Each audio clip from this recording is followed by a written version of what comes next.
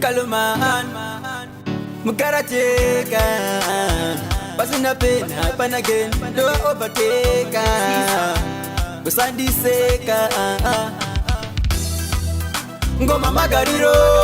Pamangoma kalonde tariro Mapanzi anondida ona mafariro Pasinga deni diwe ona manyariro Kaluman Ngoma magariro Pamangoma kalonde tariro Mapanzi anondida ona mafariro Pasinga deni diwe ona manyariro Tangu jibu ajibere kungepa Pamangoma ininda gato ipasha Pese pandinde bata machuni manotia Goma zangu zaga simba kungea mainga Inatikaya makseni Kalomani dodi somireni Pasina pena panageni Mapanzi angu ano wanda zekireni Ngoma magariro Pamangoma kalonde tariro Mapanzi ano ndida ona mafariro Pasinga deni diwe ona manyariro Kalomani Ngoma magariro Pamangoma kalonde tariro Mapanzi ano ndida ona mafariro Pasinga deni diwe ona manyariro Majiti na magaya Esanga zangu za kufaya Nini ndeke ndichapulaya Bajajuona kuti andimbe kwa mbaya Toro wa rege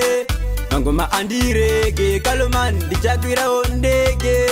Pamangoma ndindepeke Kalomani Ngoma magariro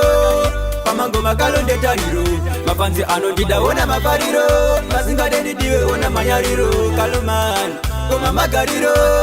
Pamangoma kalonde tariro Mapanzi ano ndidaona mafariro Pasinga deni diwe ona manyariro